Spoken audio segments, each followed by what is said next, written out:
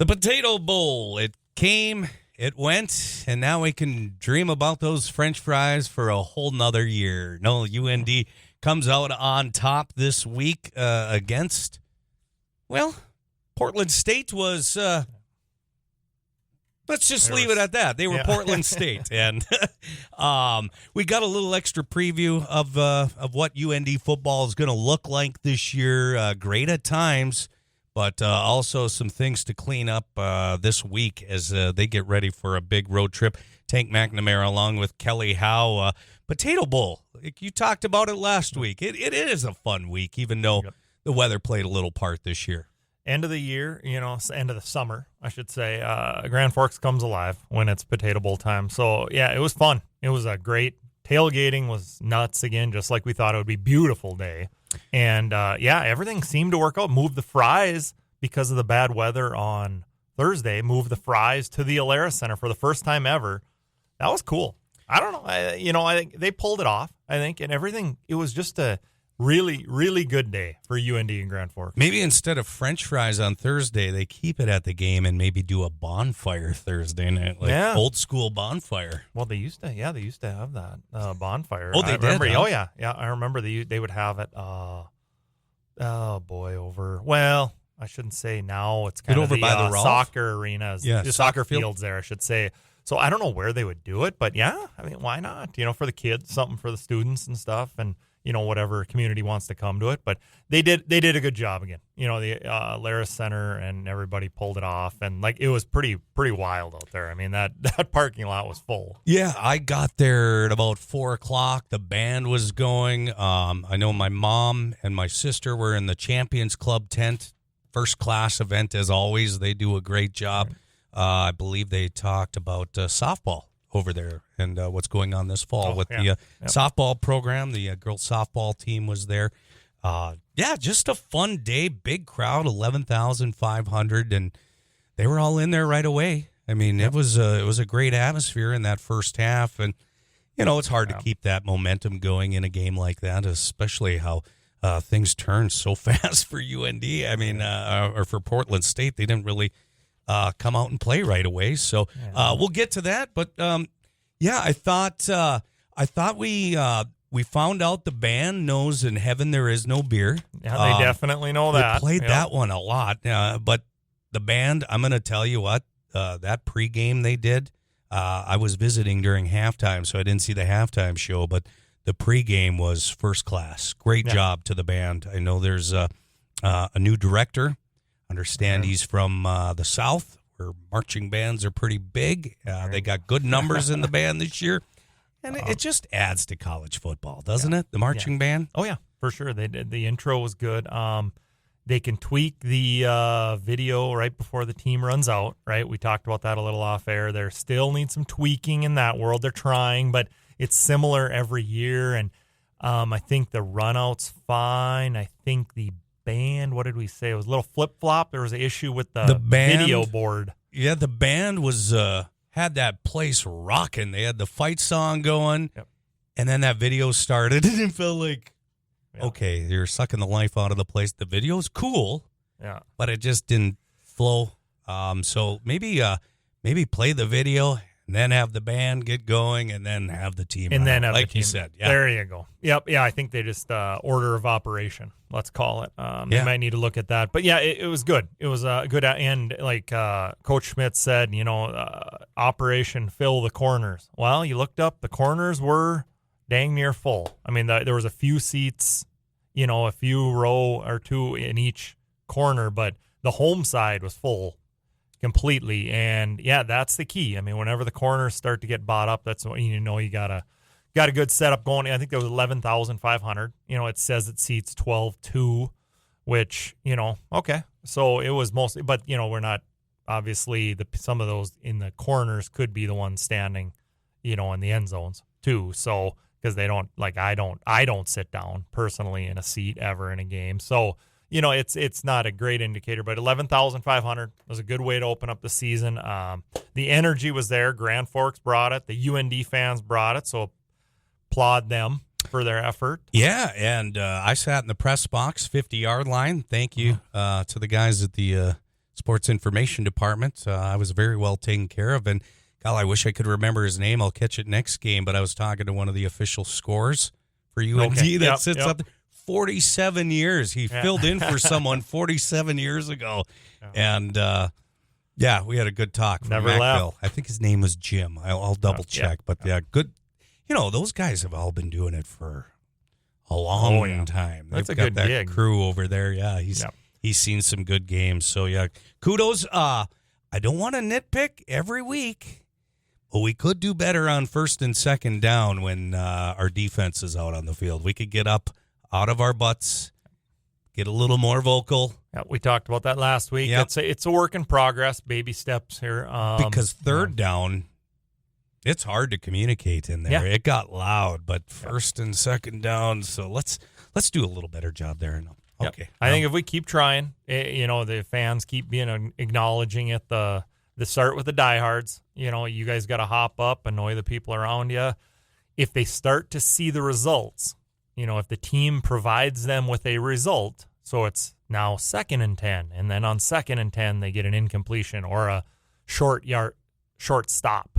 So it's 3rd and 8, 3rd and 9. Okay, now that's when it resonates with the fans. They want to be rewarded. Okay, that's it. When they're rewarded, they'll just keep doing it over and over again because it's fun.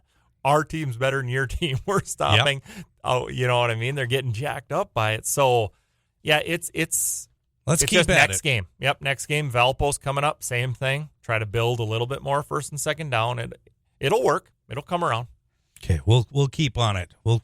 That'll be our little PSA every week here on the pregame show.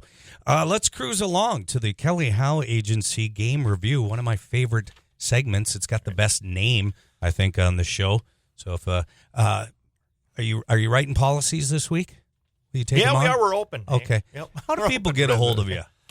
Well, internet, right? Everyone goes on the internet. That's the easy way. No, Easy Kelly way? Howe Agency, 701-532-0624. Yeah, located in West Fargo. And, things are going good. It's So if I had a property in North Dakota, and then I had a lake place, and then I'm doing well, and I like to get away in Arizona for a few weeks, and I got a place down there, can I roll that all in with you? Oh, yeah, we can. We got it set up because the Minnesota Lake Home thing was just too popular. Okay. With people, it's like, okay, we know you're a North Dakota company, but how many people in North Dakota have a Minnesota Lake Home?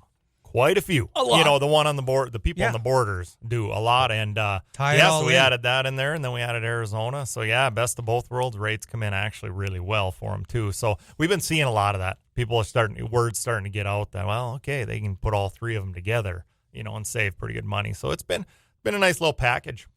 Yeah, if you call that number, you can kill two birds with one stone. You can get Kelly's take off air, his real take about UND football, and then also get good insurance as well, right? I talk a lot of football in the office, Tank. We talk a lot of phone conversations. Well, let's as we talk about this 50-20 win over Portland State, we were both there.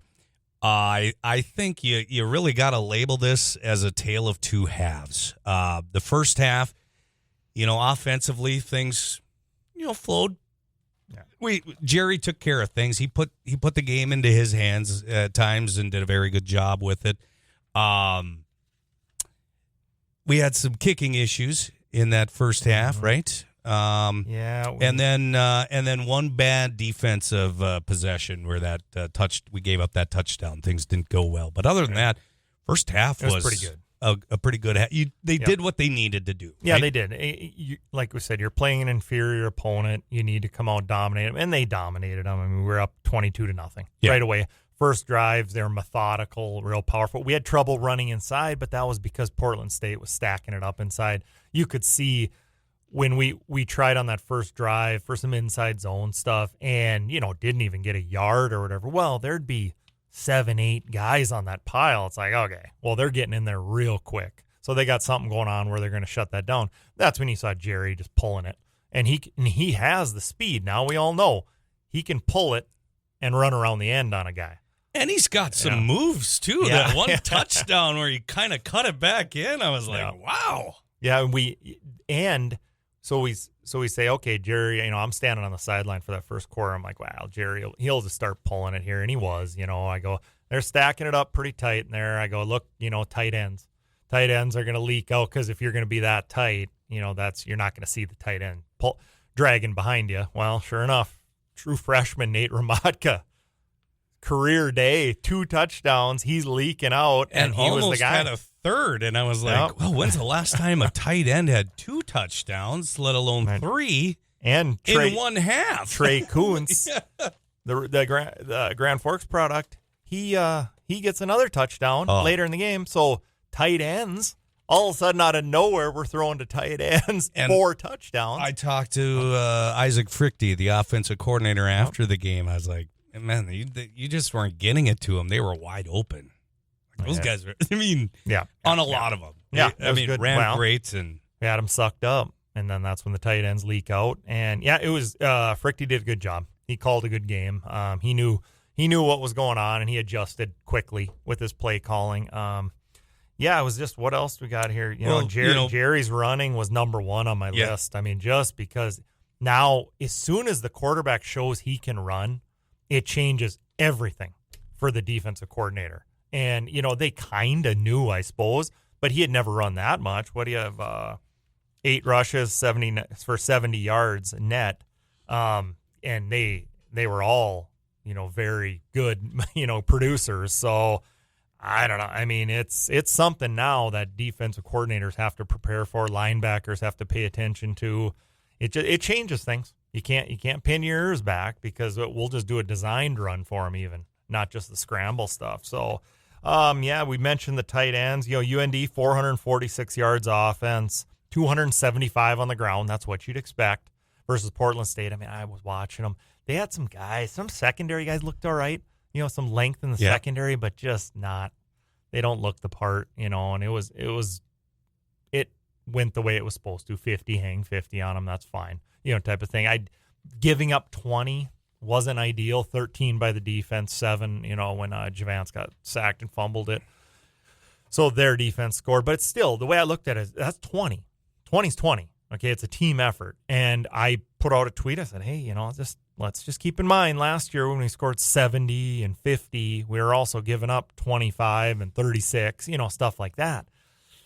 Well, got to kind of be, let's just be aware. And it wasn't really directed at anyone, but after that fumble by Javance, that sack fumble, holy cow, Isaac Frichte was upset. And sometimes as fans, we forget about, I mentioned garbage time one time, hey, clean it up. That's not garbage time for us. We're out there evaluating, looking for guys that are going to develop where the fans are kind of checked out a little bit, the average fans.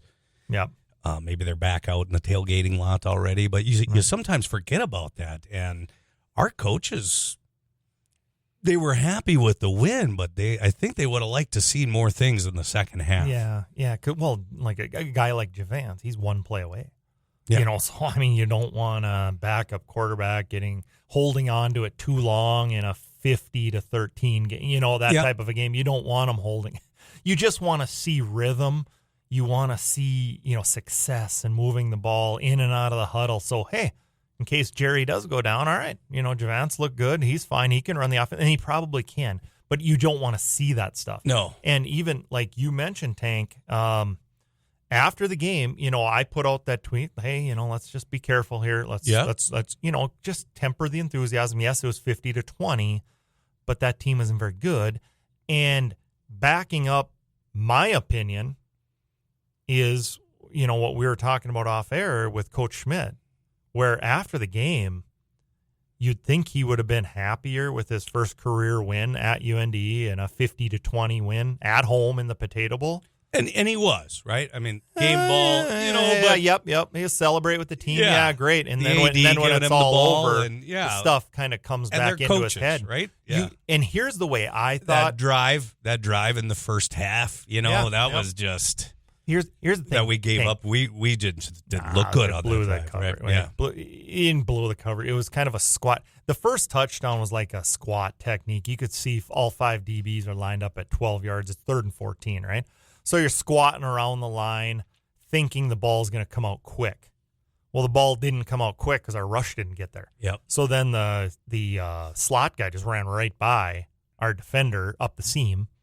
Well, okay, but you don't need to let him run up the seam. You not cover him. Still you don't have to third just and stand 14, there. right? Yeah, I mean, there's still, so it was just that play was just a bad. I think it's their trying techniques. And they're people. That's a unique coverage. It's only meant for that type of a down and distance. I get it, and it just didn't go very well. So that's something you go back to the drawing board, look at it on tape, say, hey guys, if we're gonna call this, here's how it's got to work, right? And so they'll get that figured out. But I think if I know Coach Schmidt, well, he comes from a similar mentality as myself, was where you only after the game, you're supposed to do things correctly. So when you do them correctly, you don't celebrate it because you're supposed to do it correctly. Yeah. You're not supposed to do it incorrectly. Does that make sense? That when I played, I obsessed over everything I did wrong every game, and it would eat me alive because.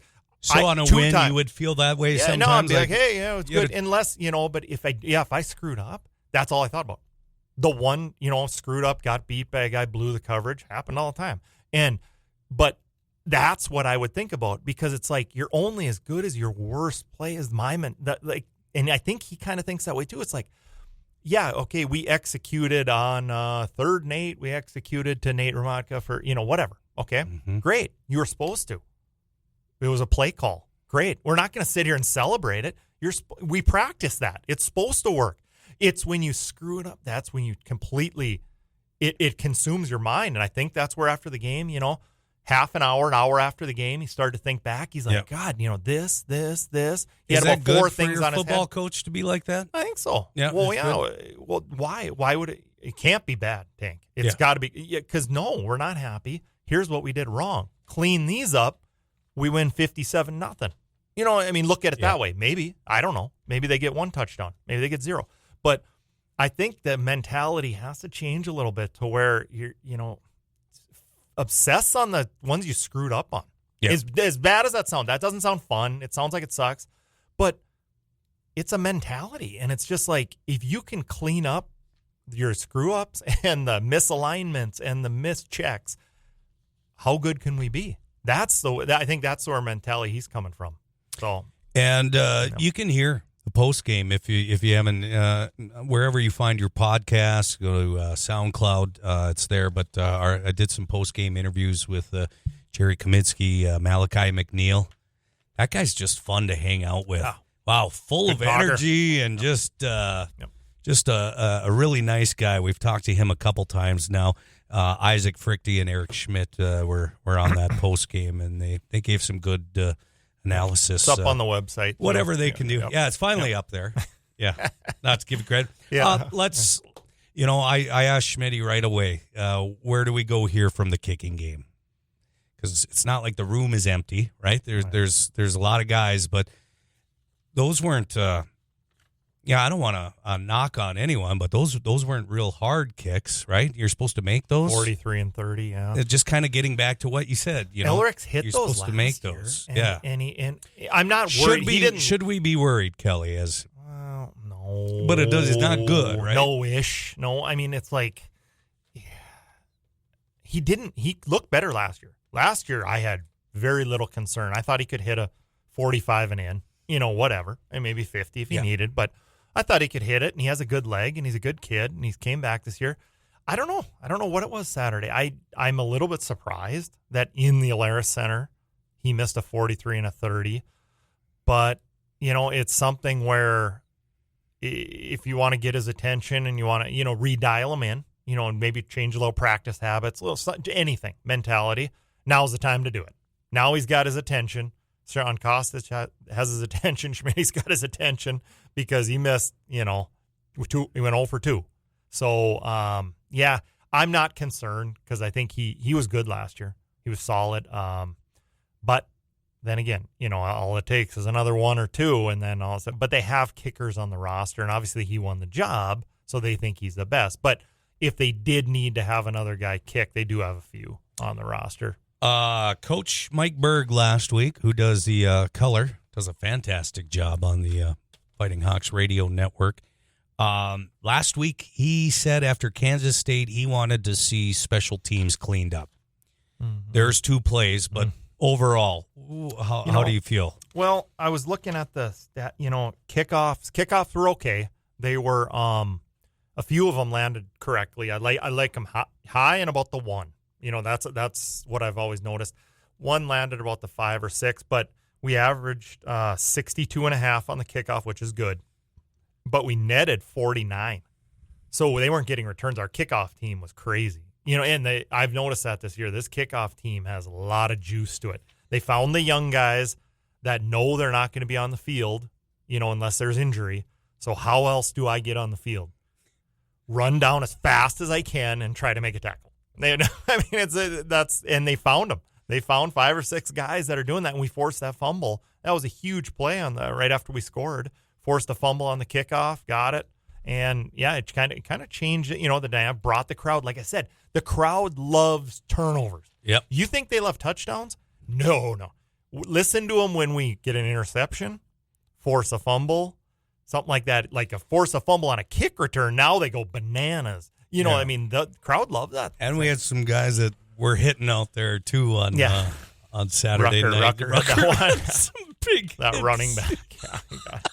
Yeah, that was a big hit. And like Schmitty talked to me about, we didn't get the sacks like we wanted to, but that quarterback definitely knew he played UND's defense when he woke up Sunday morning. We hit him and hit him and hit him. And if you're not going to protect him, we're going to keep hitting him. It was a penalty, but McNeil's hit on him in the first, and that was part of that touchdown drive too, where we could have got off the field, but he definitely introduced himself pretty early to him. Man. Hey, and I don't want to move on past our 2 interceptions we had. There we go. We got them. They look good, and they're from the West Virginia State transfers. The 2 guys, Avery Scott, Jai Martin, with 2 interceptions. So fired up about that. It looked a little better. They only had 228 yards of offense is all Portland State had. So there was a lot of positives defensively too. The 2 sacks we had were by the interior linemen, Eckhart and Braden Moore. So that was interesting. Which, 2 guys, probably right now, the D line is maybe the surprise of this team right now. Run fit. Yeah, I think our pass rush needs to get better. Yeah, but yes, run wise defensively, we are holding our own. Especially when we didn't think we had the size we needed to be. But these guys are doing well. I think so. Can you give us some more? A better definition of what this football team is right now after 2 weeks, moving forward. What do we have? What am I seeing? They're better than we thought they're going to be. UND. I'll just come out and say it. Yeah, we didn't know, but let's say, okay, well, a new coach coming in, he changes things. Okay, what are they? A 5-7 team, 6-6, 7-5, whatever. We don't know. That's because that's what they always finish. It's somewhere in there. They're better, in my opinion. They're playing better than most fans thought they would. There's more speed out there. Yeah. Yep. You can see it a little faster in some areas, right? Yep. We definitely look better in some areas. I think defensively it's going to be a evolution because teams are going to see how we play now. So they're going to have tape. So we'll keep watching. They're going to get us on a few things eventually one of these weeks because they know what we're doing now. But that's fine. That's just life, and then we change, too. But offensively, we're better. We're more dynamic, more fun. I don't know, is fun a good word to describe offense? Yeah. I don't know, because it's pretty fun to watch. So I don't know what other word to use, Tank, but I'm having fun watching it. Isaac Frick, he's unorthodox. Like, I cannot figure out what we're doing from play to play. He's doing everything in the book. I mean, that Kansas State, some of those drives, like, my goodness, where did these plays come from? And he's running it all. That wasn't methodical and boring against Portland State, those first 2 or 3 drives. That was fun. He was doing all sorts of things. And, we had about, 4 or 5 rushes inside that didn't work. But he has to do it to find out it's not going to work. Okay. All right. Cool. I'm going to plan B. And he had it. So I think the offense is the best part right now. Defense is they're hanging in there. And they played good last week as a unit. And I think they're just going to obviously get better because nobody's played in a 4-2-5. We've got to keep that in mind. And so it's better. Yeah, it's just I like our special team. I like Laffman, he was punt 52-yarder last week, I think it was. Or Silvernail, not Laffman. Silvernail, sorry. He had the 52-yarder. That was a nice punt. See, that's what I spoke about that a couple weeks ago. I'm like, I want to see just when we're backed up a little bit, inside our own end, I want to just bang one, deep, get us, flip the field. And he did that. So that was a positive sign. I like it. I don't know, Tank. I like where we're at. I think the crowd, it's entertaining brand of football. We're bringing some pressure when we want to on defense, and that kind of gets people juiced up. And I honestly, this team is better defensively when they bring pressure, in my opinion. When we bring 5 or 6 guys and just cover, I think the DBs are better because they just know what they're supposed to do. There's no guessing. There's no zones. There's no, which one, because there's 3 safeties out there and they're not quite sure because they're still learning, right? Yep. I think they're better when we play man and we bring 6, get the ball out quick because you know what I'm noticing? We tackle well. Yeah. We are tackling guys. We're getting them down to the ground, and it's showing up in the. So I don't know. I'm excited. I think I speak for everyone. You like the blueprint so far, huh? I think so. You're sold? Yeah. I think it's a fun brand of football, and I think we're going to have good attendance all year based on that. If you were the AD, you'd let Schmitty coach this week again? Yeah, I think he'd be back, yeah. I extend him another week. Week to week. We'll go week to week. It is your first college job, as the head. Right. We're not really sure what we got yet, so. Right. Yeah. Nope. No. It's good, though. I like the vibe up there. Yeah. And then, seeing some things around the program, too, the way the players are with the coaches, there's a lot of respect there. And I think that's good, too. It was cool to see how... They're young coaches that can relate to these guys, but, they obviously know who's in charge, too, at the same time. Yeah, so, it's cool to see how that relationship goes when you get a little peek behind the curtain. So, a good win. Tato Bowl done for another year, and now we go out and win homecoming. Yep. For the next home one. We better win that one, Tank. Then we'll look at that week to week. Yeah. Right. Well, let's take a trip around the Missouri Valley. Indiana State beats Eastern Illinois 38-14. Does that surprise you? A little bit. The score does. 38-14. That's a good ass kicking there. Because it wasn't that long ago. Eastern Illinois was. Yeah, they're all right. They have their moments. Right? Yeah, they have their moments. They make the playoffs every once in a while in the Ohio Valley. But yeah, Indiana State 2-0, and good for them. Yeah, that's a 50-50 game. That's a game they could easily lose. But it's a quality, and not quality, but decent opponent. It was a good non-conference game for both programs. Yeah, good. What you're saying, right? Yeah, good for Indiana State. Youngstown State beats Robert Morris 56-17. Bobby Moe. Yeah, not much there this year for Robert Morris. But they're running. Youngstown's running Brungard, that quarterback, to death. What do you have, 264 yards rushing, something like that? So, yeah, they found they're just going to run their quarterback, I guess, to win games. NDSU, a big destination game for them. Looked like an empty stadium to me, 59-3 over Tennessee State. Actually, I didn't see it, but someone told me it was maybe 10,000 there, and about 9,000 of them were Bison fans, probably. Like 5,000-6,000, and there was no one there from Tennessee. Someone told me. I'm just, that's from hearsay, but destination game. Fun. Yeah, not a lot of excitement there. Mm-hmm. Wyoming beats Northern Iowa 31-7. Interesting. Yeah, Northern Iowa, it's going to take a while. Yeah, we spoke on this last week. Steps, it's going to take them a while to turn that thing around. They've been down for a few years. So Wyoming's no great shakes this year either. So 31-7, that's a kind of a bad look. 41-13, Illinois State defeats, is that Morehead State of Kentucky? Yep, that makes sense. Yeah, they're much better team. That's the school where everyone got confused during the field of 64. Morehead State? Yeah. Oh, did they get that wrong? Yeah. What else do we got? Murray State, they lose to Southeast Louisiana 45-24. Yeah, Southeast Louisiana was big favorites in that one. That makes sense. They're usually pretty decent, Southland program that can put up some points. We'll skip the next one here. Purdue beats Southern Illinois 34-17. Yeah, I mean, hang around. I thought Southern Illinois might even be closer than that just because Purdue is down. But, yeah, I suppose. Yeah. Big game out in Montana. South Dakota State beats Montana State 30-24.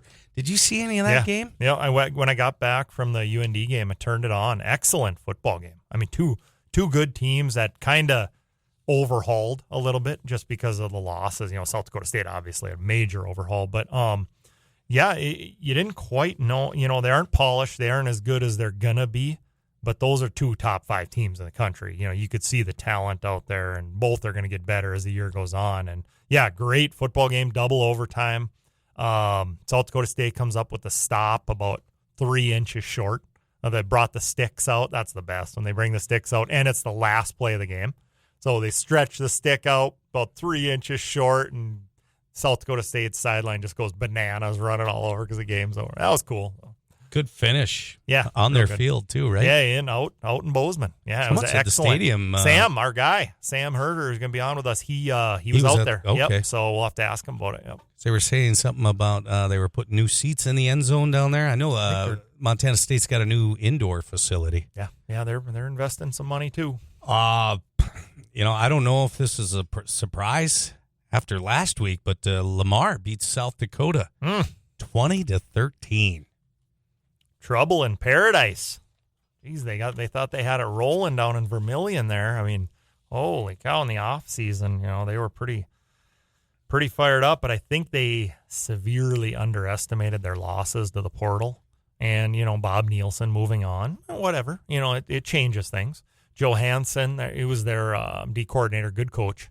He became the head coach, so that was probably the right move for them. But yeah, there's something going on down there, growing pains. Their roster isn't, from everything I can tell, their roster isn't what it was last year. And nobody quite understood that fact until now, which is why they were ranked number 4 in the country preseason. Now they probably shouldn't even be ranked.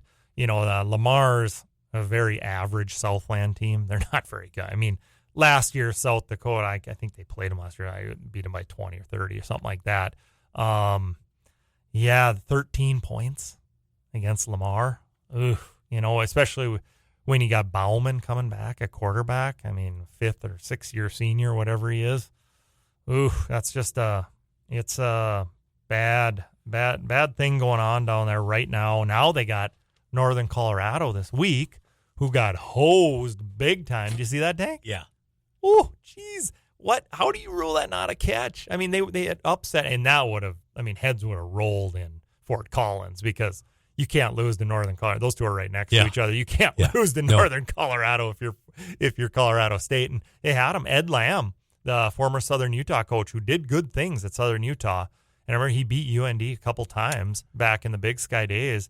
And then what did he move on? Oh, boy, he went to BYU or Utah or something to be an assistant coach. When we played Southern Utah as a D2 school, I think he was the coach. Was he there then? I think he was right there during the transition. Yeah, and he did a good job. He turned them around. They won some games in the 2010, 2014, right in that range. They won some games. He did a good job there, enough to get promoted up, and I think he's going to do all right in Northern Colorado. They don't have much to work with. It still looks the same as it did in the D2 days, and they don't have a lot of money. But for them to go in to Fort Collins and do that, and really, they had caught the touchdown to win the game, and they overturned it somehow. It was a bad deal for him because that would have been great for their program. They were foes of ours for years when I played. They were good. If Northern Colorado was won the 3 in a row, didn't they? Two in a row? Yeah, 2 in a row. Yeah, and they got the new stadium, and boy, if you wanted to get Ed Schultz going, you just asked him about that new press box in Northern Colorado. You couldn't barely fit 2 guys in there. Oh, really? And he was... Yeah, Tony Stein was a stick, and Ed liked to eat. Let's just say that. Okay? He was a good eater. Yeah, and South Dakota's got Northern Colorado. So I don't know, how do they respond this week, going back out on the road after basically getting hosed, a big emotional letdown. We'll see how they show up, but obviously they're better is my point. And we got like a little uniform scandal, right? Which team doesn't want to... South Dakota doesn't? No, he doesn't want to wear white. No, we're not wearing white. What? Or no, we want to wear white because they were going to have a whiteout. Yeah, so South Dakota wanted to wear white. Oh, okay. Yeah, something like that. And he's like, no, we're wearing white or something like that. Well, so basically said no to whatever the request was. It might be a fun game to keep an eye on this week, just with the uniform scandal going on. Those are fun every once in a while. Coaches just get petty about things. But anyway, it was interesting week, but fairly normal. I want to ask you, after 2 weeks here now, you kind of had your thought about the Valley going in. Everyone looks at it preseason. Is it any of that changed for you now? Just other than South Dakota? Just them. Yeah, I mean, the top's the top. You know, UND, we're thinking is going to fall in that 3-4 range, 3-4-5 right now, just like they typically are. And then they're trying to vault themselves to the top. But, Illinois State will be right up there in that 3-4-5. South Dakota will probably end up around there. And then it would be Southern Illinois. I just don't know enough about them. They're the one. But, yeah, I would say it's fairly what we thought, but with South Dakota being – the major disappointment thus far. Yep. More of a downer than an upper. Boy, some of the Valley teams are probably like Murray State's probably like, any chance we can move South Dakota up this week? Right. Can we get them right now? Now would be the time. Yeah. Yep. Well, we've reached that point of the show, the Development Homes 360 guest of the week. It's Sam Herter, Hero Sports senior FCS analyst, as Montana and UND, the only two nationally ranked opponents in FCS playing this week. I believe I saw that on X. You could call it Twitter or X, Kelly. Twitter. Yeah. Sorry. I can't do it. Sam, what are you, a Twitter or an X guy? I still go with Twitter. It just rolls off the tongue, so I always say Twitter. Yep. Sam, how long have you been following and covering FCS football? So nationally, I got my start in 2016, I believe, was when I started contributing with Hero Sports. My introduction to FCS is when I went to North Dakota State from 2011 to spring of 2015. And that was, at the start of NDSU's run of national titles. And I worked at the student newspaper at NDSU as a journalism major. So that was my introduction in a way to FCS. And then after a couple of stops in the newspaper industry, post-college, I came on full-time with Hero Sports and have been covering the FCS since 2018 as far as being in a full-time role. We'll get to this week's game, but you get to travel a little bit in this job, and you were at a pretty good game last week, it sounds like. Yeah, out in Bozeman, top 3 matchup with South Dakota State, Montana State, just a phenomenal atmosphere to be a part of. The Gold Rush game out there for the home opener for Montana State. So it was a great scene, great tailgating scene. The student section was absolutely packed, and then the game itself, just a lot of twists and turns and some sloppiness, some big plays, 2 overtimes. It was pretty cool to be there. Yeah, the end, I was able to catch most of the fourth, obviously, into the overtimes, and outstanding atmosphere, and the big plays and just the twists and turns. And like I said to Tank, I mean, I know you were on the wrong side for the measurement, in the wrong stadium for that measurement, but the drama at the end there with that, they bring out the sticks and it's about 3 inches short. I mean, if that would have been, South Dakota State on offense, that place would have just gone bananas. With that measurement, it was interesting because it took like 2 or 3 minutes to get the measurements, finalized. But it was interesting that, during that time, the student section just started cheering really loud, and I was trying to figure out what they were looking at. And I think, before they extended the chains fully, I think the students thought like that was the measurement and it was a first down. And then they quieted down, and then they actually extended the chains to show that he was pretty well short. So it was kind of just a interesting moment of enthusiasm to then just kind of a deflating silence in that stadium. What are your thoughts on those two teams after you watched them? I know there's been quite a bit of turnover, obviously, for both of them, with South Dakota State having a major overhaul going on, but still a ton of talent on that team.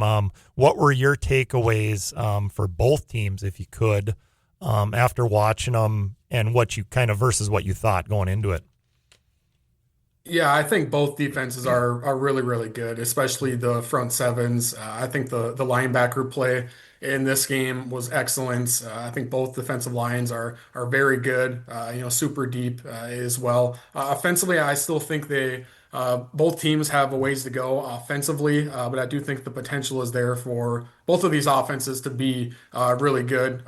South Dakota State's offensive line is still gelling a little bit. Montana State's offensive line, their starting center is out for a little bit, and so they pretty much reshuffled things. They moved their left tackle to right tackle or right tackle to right guard. I think they have like two freshmen on the left side because they had to move their left guard to starting center or something like they just completely reshuffled things around. But I think once they get that kind of finalized and situated, I do think Montana State has a chance to have a really good rushing attack because they do have two guys in Adam Jones, Julius Davis, who are really good. And then the quarterback position, I think Chase Mason, you can definitely tell that these are his first couple of starts, but I think you can see flashes of how good he can be, and he came through in a couple of clutch moments there in that game. And then Lamson at Montana State, I thought he played pretty solid on Saturday. I know there were some people on social media saying like, "Oh, he's not the guy," but I think Montana State can still win a lot of games with him. I think he's a gritty guy. He's a tough guy. He can tuck it and run. I think he can make some throws a bit better than Malott. Does he have that game-changing ability like Tommy did? No, but I do think they can win a lot of games with him as he continues to settle in. Before we talk about Montana and UND, one more program we want to run by you real quick. South Dakota, not off to a great start. Surprised there, and do you see them coming out of this? Yeah, definitely surprised. The Iowa State game didn't go, how they wanted to go. Obviously, I did think USD would be a bit more competitive in that Iowa State game, but sometimes you can't always.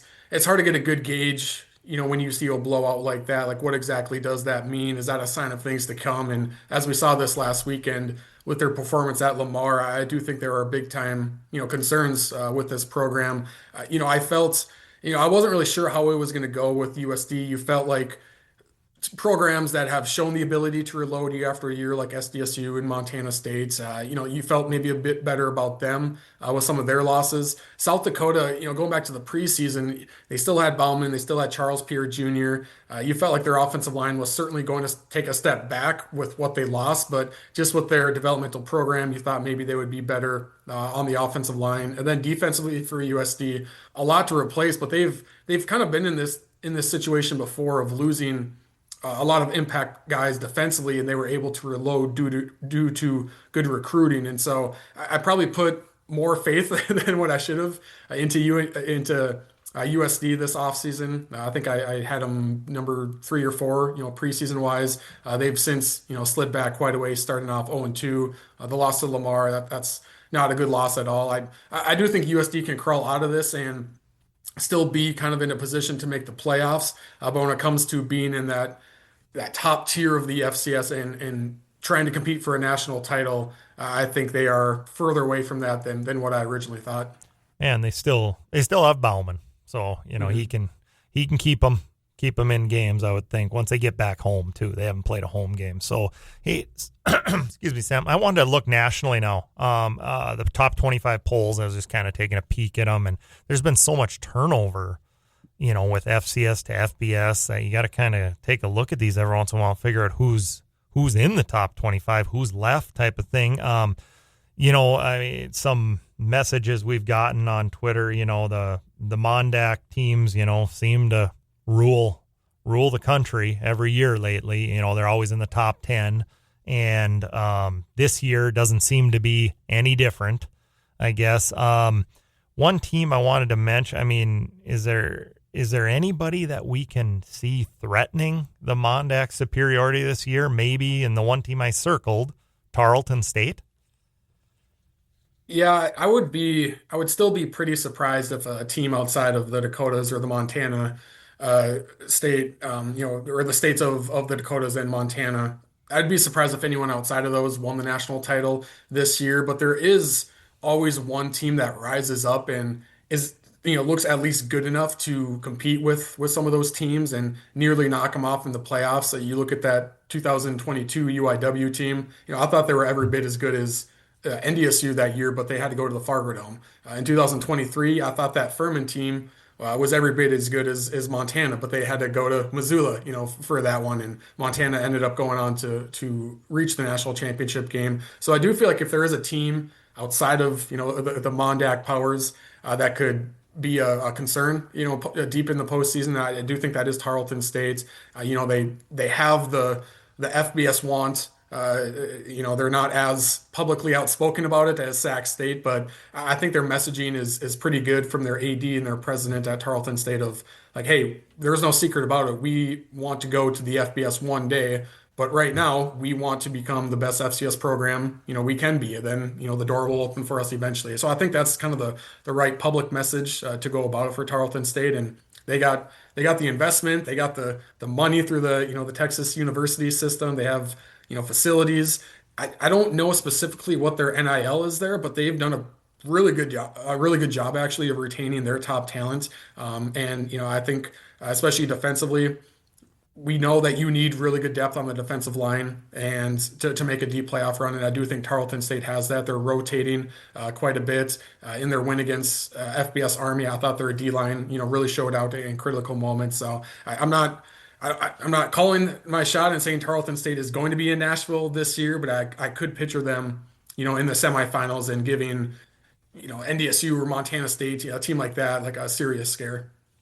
Looking ahead to the game of the week here, Sam, as it appears. I almost feel like we need to take a shower. We've talked about so many other schools than UND. Ugh. National. Look around the country. Yeah. But, does this game excite you, Sam?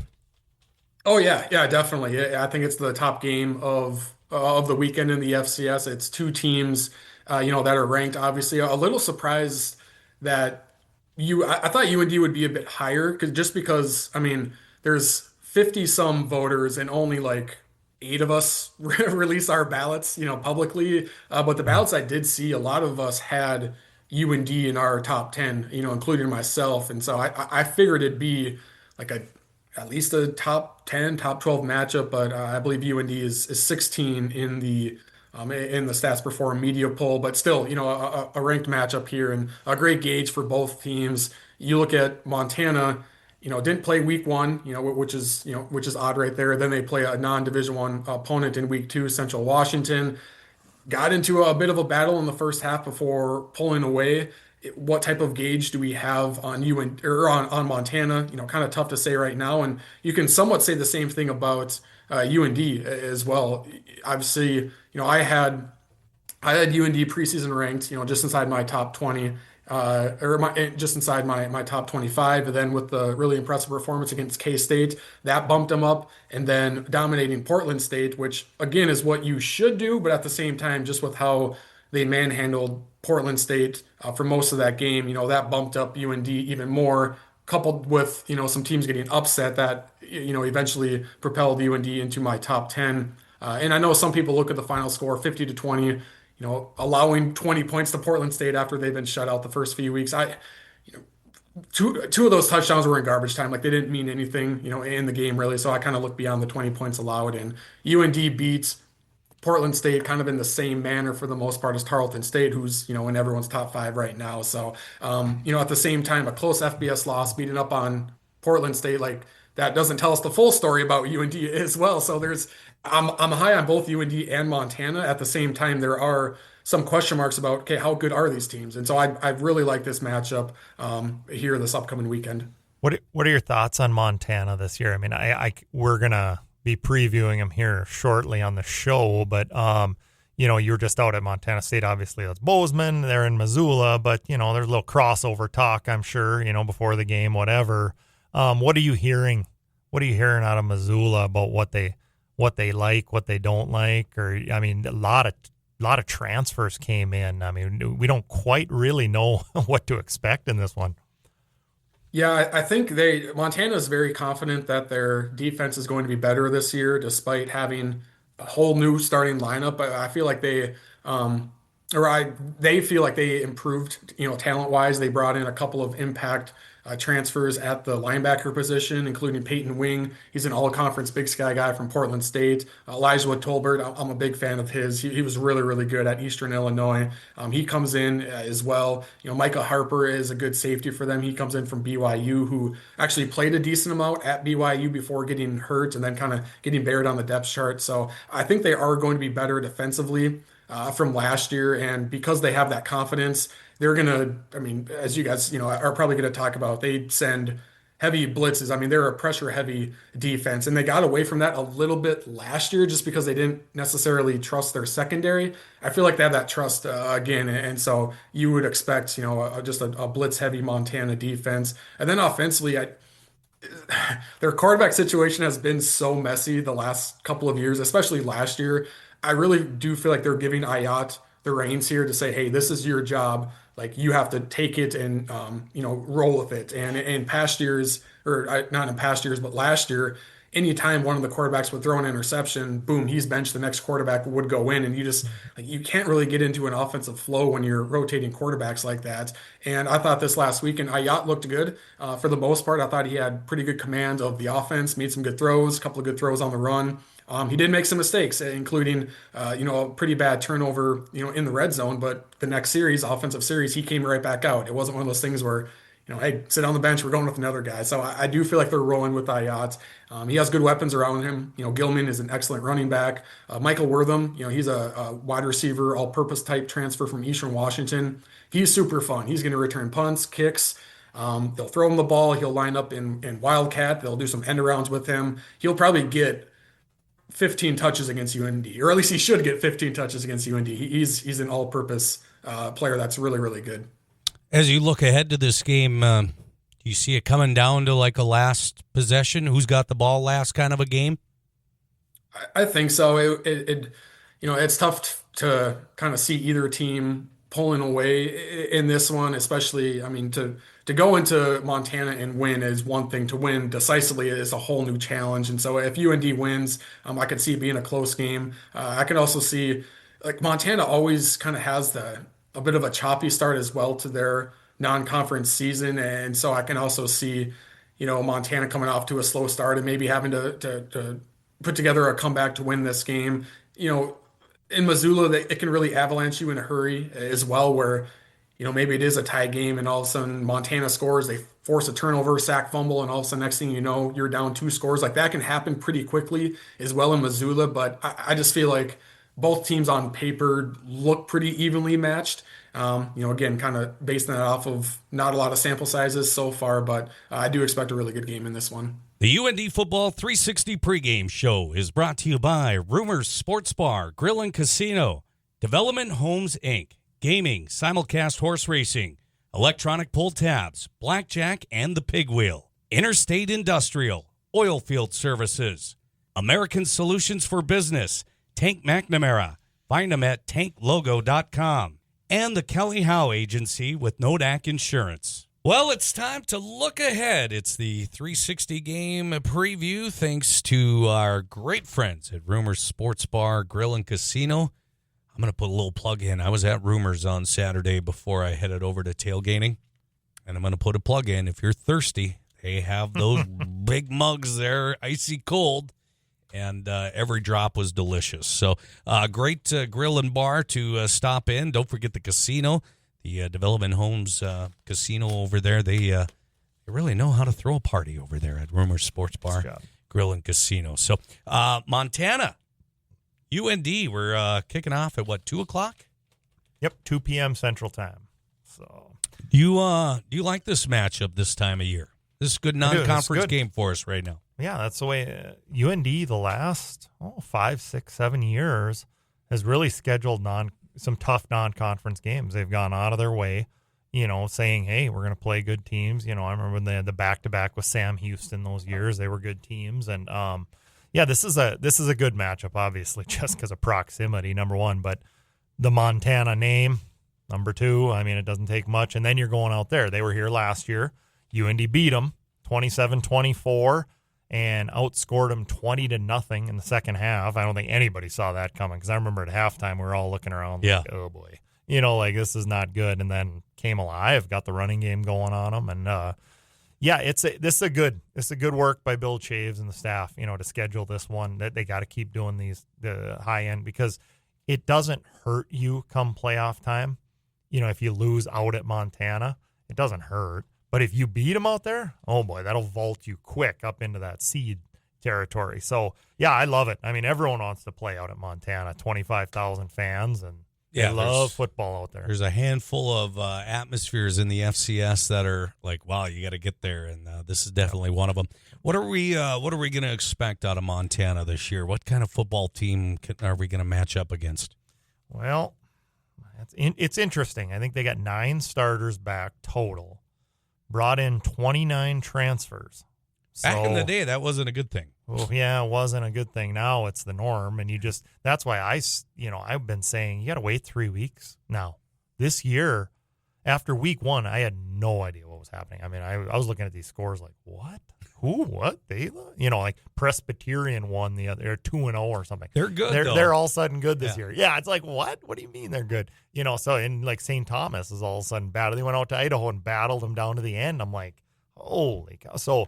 Yeah, we got to wait with the transfer portal and everything going on now. You probably got to wait 3 weeks to get an idea who can do what. So with all those transfers, they got 9 starters back. They're going to be Montana. They're going to be good. It's it's in the DNA. You can plug them in, and sure, it might be minor issues, but they're going to get plugged in, and they're going to have the pride. They're going to be the Griz. They're going to have the home field advantage. Speaking of which, they have 8 home games, Tank. Wow, that's a good AD. Yeah, 8 home games, and they play 12 total. 8 out of 12 are at home. Okay, so let's look at this. Before we even get into the game, let's look at their schedule. They start out with 4 home games in a row. They had a bye week, and then 4 home games. Central Washington, who they beat, UND, Indiana State, who they're going to beat, and then Idaho. They open up the Big Sky with Idaho at home. That's a showdown. That's a big rivalry. So that'll be a tough one. Here's their road games. Okay, they have 4. They only have 4. At Idaho State, at Sac State, who thinks they're good, at Weber State, who's down, at Portland State, who's one of the worst teams in the country. That's their 4 road games. It's like, oh, this is the greatest schedule of all time for them. With the extra gate or two, jeez. I bet we could see Montana in new uniforms next year. Yeah, they right. got a little extra money in their budget, right? Yeah. Jeez, and they got. They make any money off a home game out there? They got Sacred Heart at home. They're bringing them in from the East Coast. Nice. That's where our guy Xavier Lay came from, our running back. But yeah, they get Montana State at home. Yeah. So anyway, 8 home games. It's unbelievable. But yeah, I mean they earned it. They can pay for it. So when you're going to get 20 to 25,000 sold per game. Well, you can pay, and you can get it. So, yeah, it's they'll be good. They're top 5, or they rank 6. So they're number 6 in the country. This offensively, Kaili Ayat. I got that right. Yeah, Kaili Ayat played against him last year, right? He was in the game. Yep, he was in the game up at the Lair. Completely different look for him this year, right? Yeah, yep. So he can run a little bit. He can move around. He could give us issues if he escapes. Their receivers were not going to be as dynamic as when the Junior Bergen and them. I mean, he was real good, and they weren't gonna be. But then they brought in, what is it, Michael Wortham, I think his name is, the transfer from Eastern Washington, a receiver, 5'9", 190, Michael Wortham. Dynamic guy, kind of looks like our shorter receivers, but just can scoot. And they're going to get, like Sam had spoke about, they're going to get him the ball a lot just because he's tough to bring down and he's quick in space. So that kind of filled a hole for him. And yeah, now, with Ayat at quarterback, and then we'd have to obviously speak to Eli Gillman, the running back. He's good. A Minnesota kid. Yep. Real good. Yep. He had, what did he have? 198 and 3 touchdowns last week. He was the one that UND was pretty high on. Yeah. Right? We were in the final 3, I think, maybe with him, hanging around. But yeah, Montana came in and that kind of sealed it for him. And that was a tough, if UND, he'd be in UND's backfield right now. He'd look pretty good. But yeah, that's a kid where last year he broke a long one on us, untouched up the middle. So, yeah, the way our D-line's been playing up front, I'm assuming now that we can slow him down a little bit. Make him cut, make him jitter, make him, he can't just shoot through the line. Then we're in trouble. And then he'll be easier to bring down. Right. Yeah. That or type you'll of thing. have a But, better shot. The Griz line is not as good as it has been in the past. Last year, it wasn't that good. It was, we worked them up front in that second half. Last year, we had 5 sacks, and we got after them pretty good up front. And this year, I think they're solid, but they're not a dominant outfit. They're not, a South Dakota State or NDSU type of an O-line. So, there's chances for us, but they got weapons, and they got in there. Like I said, they're at home and they're Montana. They're going to be able to put up some points. So it's going to be a tough ask as far as defensively for UND. Their defense, my scouting report, it's a good one too, where I get my info. They've got 3- and 4-man fronts. They like to do that with defense, keep you on your toes a little bit, constantly changing. Yeah. Jerry Kaminski, is he going to have a big day of trying to figure out what they're doing out there? I think that's the key. Yeah. This will be his first, okay, they're throwing a lot at me right now. I think it'll be harder than Kansas State because Kansas State seemed pretty straightforward. They might have brought a 5th guy, that type of thing. It was pretty straightforward defense. This one's going to be very important, put it that way, to identify what is happening up front, Tank. Okay? Is that the best way to put it? They'll be a 3-3-5 as their base, but then suddenly they'll be in a 4 down and then bring 3 more linebackers. I mean, guys will be coming from all over the place, but you kind of understand where it's coming from, but you kind of don't. And it's unorthodox. I'm going to put it that way. So probably once you think you figured it out, they'll throw another little wrench in it. Yeah, and you got to up front. I'm guessing. Yeah, up front, they got to be ready. The linemen, it's on them to identify, which is where last year I think we struggled a little bit in that first half, and then we committed to the run. It may be inside zone, outside zone, doesn't need to be. But, I think we're obviously going to have to change it up. We're not just going to be able to drop the plow on them because they're good. But when you get a defense like that wants to bring crazy linebackers from all over and twisting, stunting up front, kind of like what UND used to twist and stunt up front a lot. Kind of like that. The thing you got to do is run straight at it because now you just catch them. The linemen catch the guy coming into his zone. It's zone blocking. Boom, get on them. You just start catching guys wherever they're going and ride them the way they're going. And the running back, let them take their momentum away. We talked about this last year with our running backs at UND. Patience. How many times did we see them get the ball and stop for a half a second, quarter second, and just see where the hole, they didn't know where the hole was going to be when they're kidding the ball. This is one of those games. You don't quite know where the hole's going to be because Montana's moving around so much. I mean, their D linemen go from one side to the other, and so it'll be interesting. I think there'll be a little bit of learning going on out there. Could it be tougher then to play them on the road because our O-line is going to have to communicate a lot? Oh, yeah. Right.